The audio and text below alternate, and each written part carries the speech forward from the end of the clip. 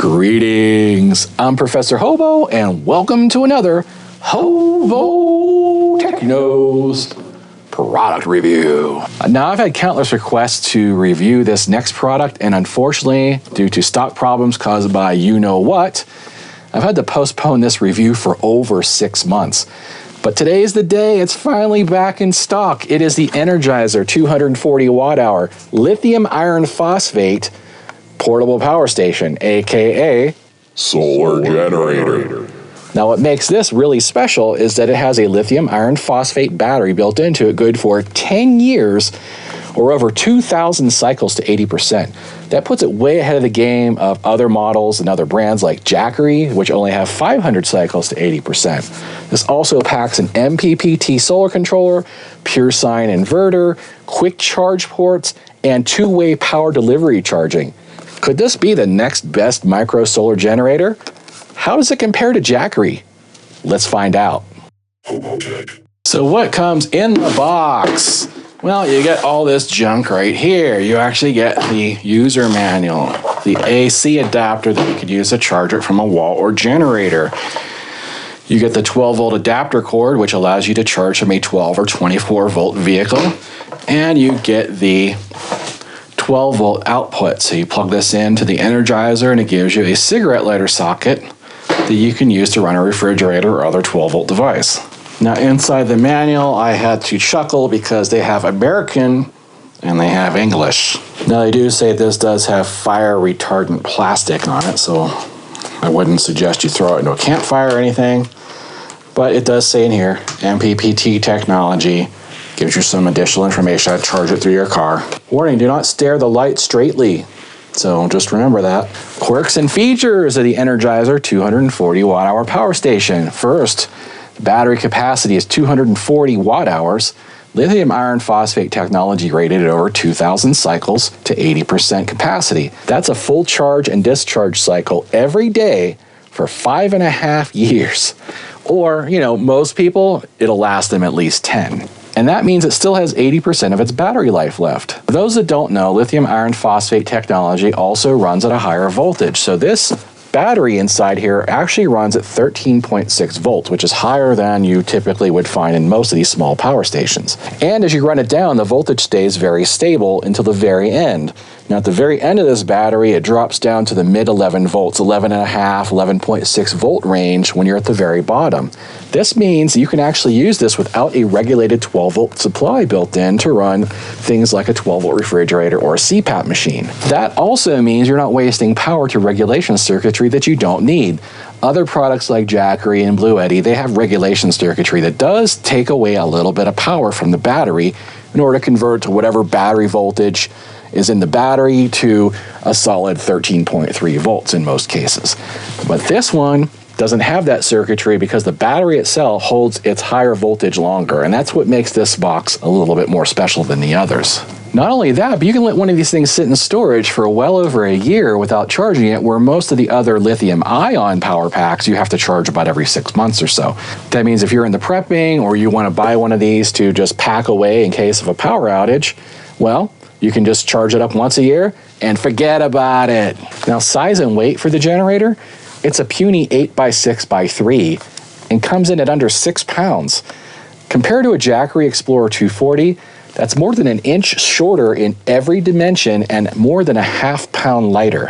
As for build quality, it is the typical plastic case all around. It does have these little soft feet and a nice leather handle. Yep, that's definitely real leather. Now, as for the design of the display, it is the typical 5 battery icon display. It shows you the input and output as icons on the screen. Unfortunately, there is no input or output wattages or battery percentage display on this. Now, the inverter size on this, it's a 200 watt pure sine inverter with a 400 watt peak, and it does actually have 2 outlets on it, which is pretty rare for something of this size.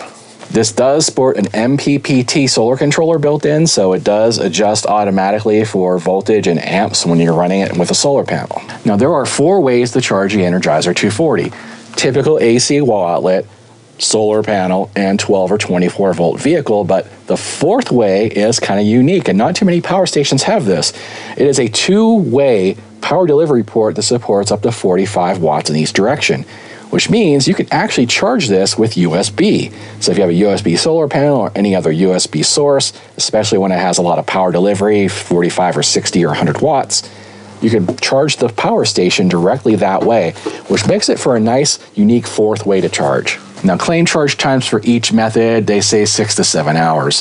However, I found that in my own testing, it can be charged as little as 5 hours if you have the right solar panel, and 6 hours flat through the power delivery port. Now, as for 12-volt outputs, it does have 3 outputs on it. They're all 5.5 millimeter. It does come with an adapter and with a little cigarette lighter socket on it, so you can plug in a 12-volt refrigerator or whatever other 12-volt cigarette lighter style device into it, and it leaves the other 2 5.5 millimeter sockets available for other uses, and that's the most common size. So like a lot of CPAP machines and other things like LED lights and stuff, almost all use that 5.5 millimeter. As for USB outputs, this has 4, 2 standard USB-A 5-volt ports, 1 quick charge port that supports up to 18 watts of charging, and 1 bi-directional power delivery port that supports up to 45 watts in each direction. Now, as you already noticed, this does sport a very useful lantern style light. No more silly flashlight. This will actually light up a small room without any problem, and it does have an SOS feature if you ever need it. And this is one of the very few power stations out there that is UL listed, which means it's not going to burn your rig down. Now, one other feature is that it will shut down after 5 minutes if you don't put any kind of load on it. But I noticed you put any kind of load on it, it pretty much stays on indefinitely, so keep that in mind. And the warranty on the Energizer is 12 months from the manufacturer. And of course, we took the Energizer 240 into my secret laboratory and performed all kinds of crazy experiments on it.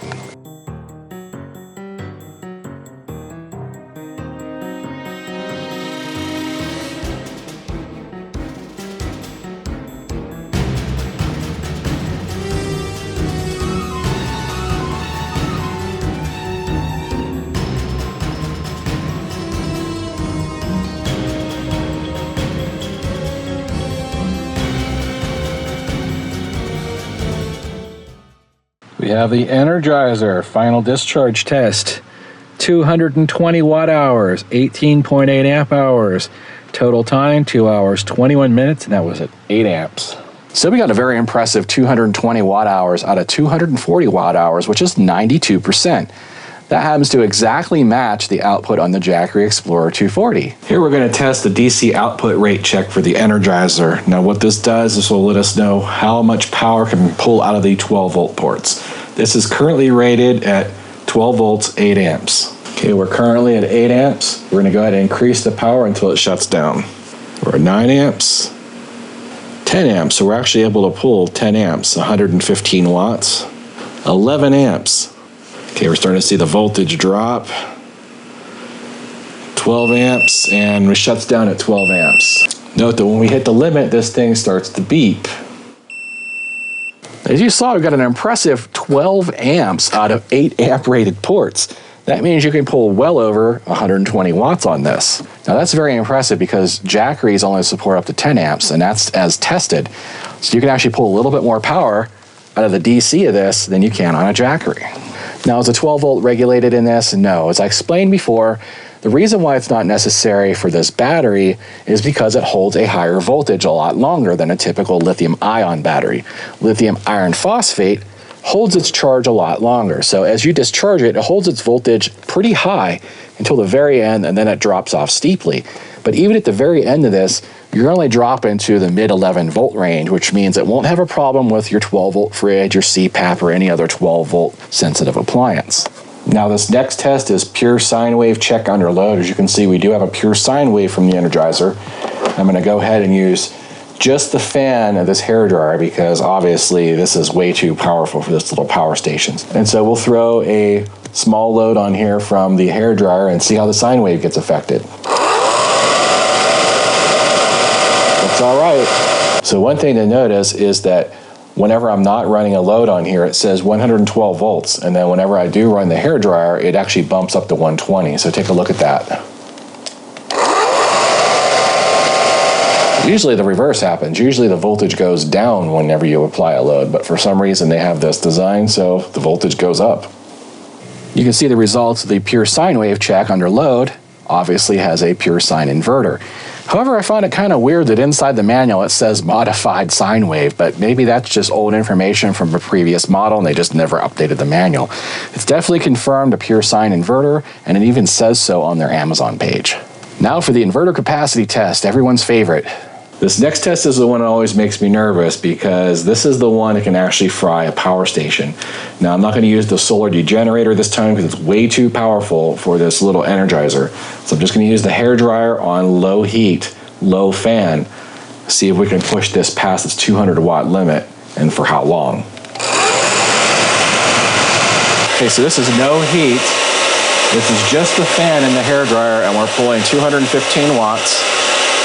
Remember, this is rated for 200. I'm going to go ahead and hit the turbo button. 250 watts. And we shut down. So let's go ahead and run the inverter at its 200 watt limit for approximately 3 minutes and make sure that it actually can handle what is stated.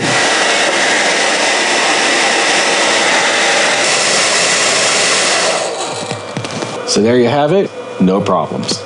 As you can see from the inverter capacity test, it can run 215 watt AC appliances pretty much indefinitely, but it does shut down after 250 watts. It does have a 400 watt surge, but that's only for a brief fraction of a second. So here's the question I get all the time, especially for these little power stations. Does the Energizer support pass-through charging? In other words, can you plug it in and charge it while you use the AC and or DC outputs? So I do have the factory wall charger plugged in right here to the input port, and then on the output port I have this DC meter, which you can see is showing 13 volts, so we do have DC pass through. So we're going to go ahead and turn on the AC power now, and we're going to see if it powers my variable voltage charger. And there we have it. We do have AC and DC pass-through charging for the Energizer. Max charge rate test. This is going to simulate charging from a solar panel or charging from a 12 volt or 24 volt source, such as a car, truck, van, or RV. We're going to start here at the low end at 10 volts and see if the Energizer will charge from a source as low as 10 volts. Okay, you can see we're at 10.4 volts, and we are actually charging already at 26 watts. So let's go ahead and increase the voltage and we'll see what happens at 12 volts. Okay, at 12.2 volts, we are now charging at 31 watts. Let's take it up to a full lead acid battery. At 14.3 volts, we're now charging at 38 watts. Take it up to low end solar panel, 18 volts. We're now charging at 47 watts. Let's take it up to the high end of a solar panel, which is about 22 volts. We're now charging at 48 watts. Let's see what the upper limit is on this before it shuts down. So we're at 24 volts, 51, 52 watts, 25 volts, we're at 50, almost 54 watts.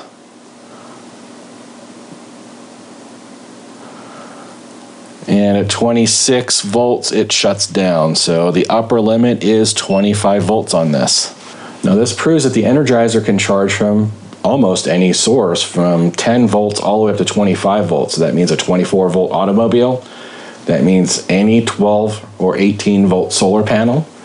As long as you're only using one solar panel, you can't, this wouldn't really make any sense to use more than one solar panel to charge this. So a 60 or an 80 watt solar panel would be perfectly fine for this. You could use a 100 watt panel or a 120 watt panel, but just be aware it's only going to charge at the max rate of 60 watts. Now it says 60 watts on here, but I've never been able to charge it at 60 watts. The most I'm ever able to do on here is somewhere around 53, 54 watts. So just be aware of that anything over about 55, 60 watts is just going to be wasted.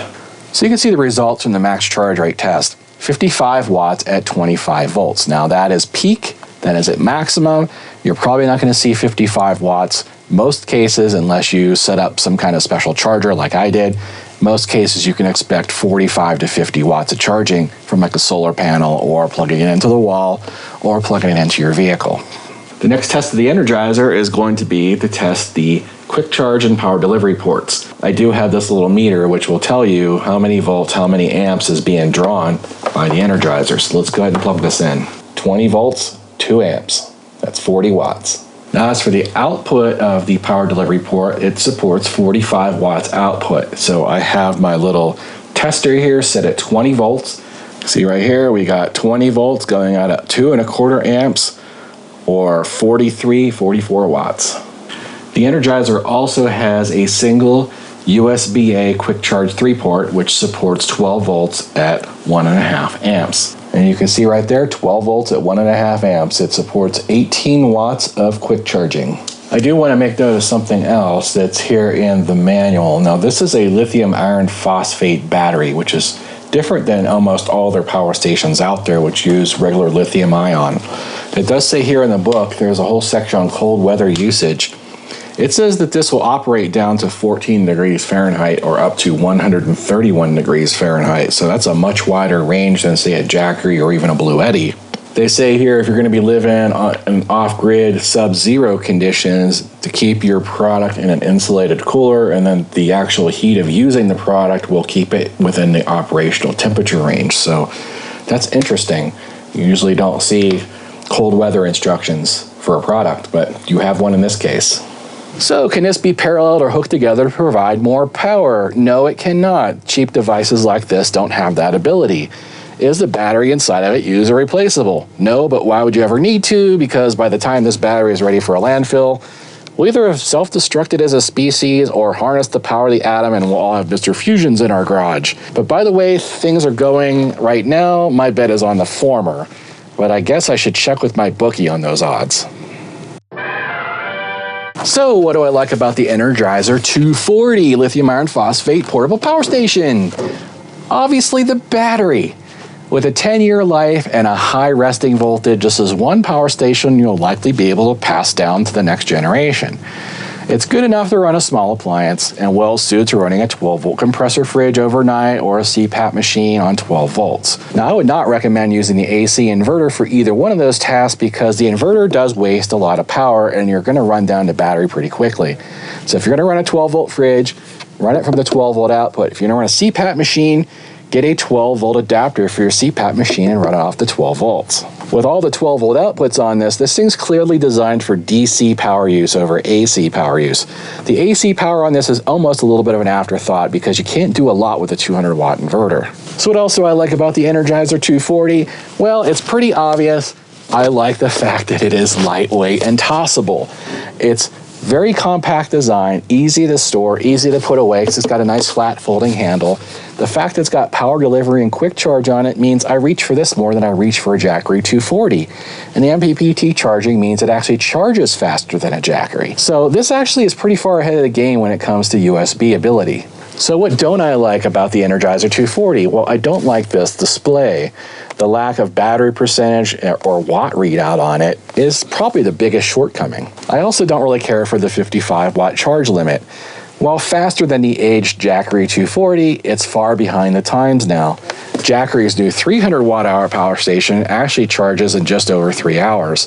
And other competitors are catching up pretty quickly, making a 5, 6, or 7-hour charge time on this kind of slow. But if you're not in a hurry, it might just be fine. Now this next point really isn't a dislike, it's more of a wish. Unfortunately, this is the largest model that Energizer makes. I'd really like to see a 400 or 500 watt version of this, lithium iron phosphate of course, with all the same features but a bigger battery and a larger inverter. Now the BOUGERV 380 is the only other mid-sized portable power station that I've found on the market that checks all the same boxes.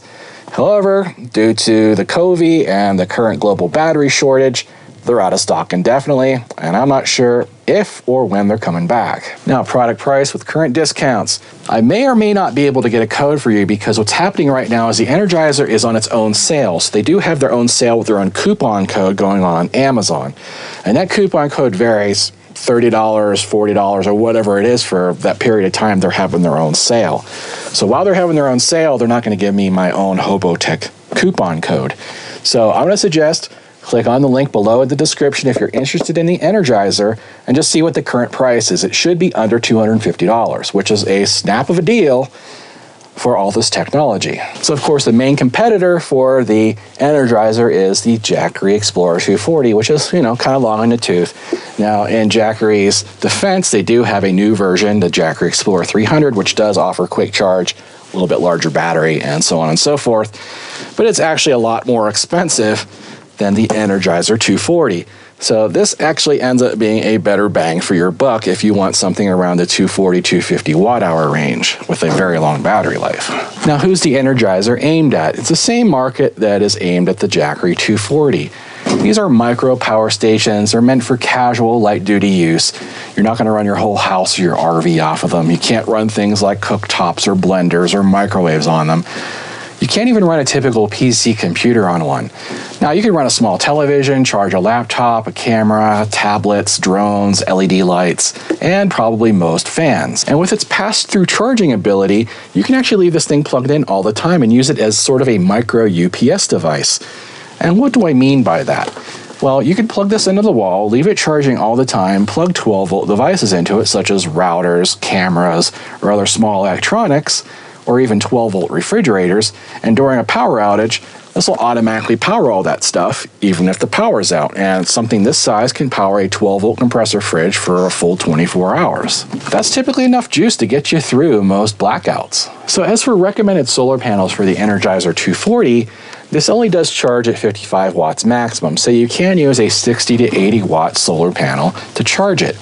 However, I do recommend just going for the gusto and getting a 100 watt solar panel, so on days it's a little bit hazy, you'll get the full charge rate. The Energizer does not come with an MC4 adapter, which means if you have a solar panel with those little MC4 plugs on it, you're going to need to get an adapter. Now, I do have adapters on HOBOTECH.tv/Amazon under the solar adapter section. So you're either going to need to get one of those adapters, or you're going to need to make sure that the solar panel you're using offers a 5.5 millimeter output, because this only has 5.5 millimeter input. And since it doesn't come with any adapters, you better make sure that solar panel comes with an adapter.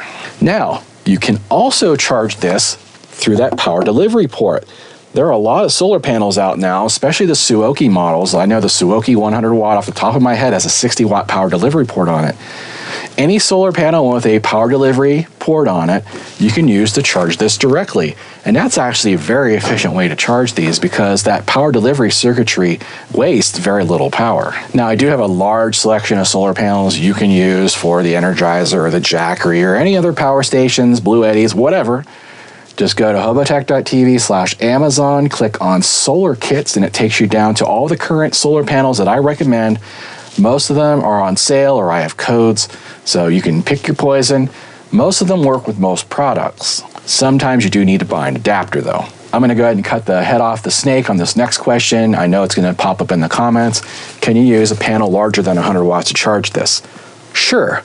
As long as it stays under that 24 or 25 volt maximum, you can use any solar panel you like, but be aware, anything over 55 watts is just going to go to waste.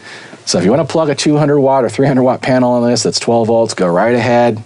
It's all just going to go to waste. Thanks for watching. If you learned something today, don't forget to give me a thumbs up below, and if you're not a subscriber already, you know what to do. That's it for now. Till next time. Odin commands you to like and subscribe, and clean my litter box.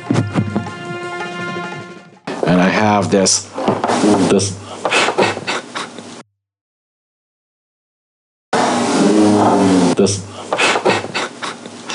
And it's actually saw the meter go up. Oh no, Wes.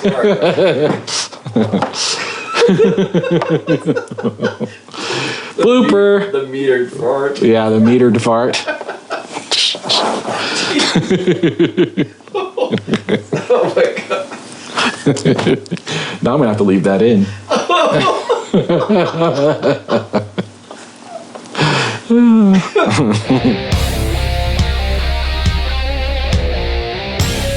RV Golf Guy, Z Foxfire, Jack Smith.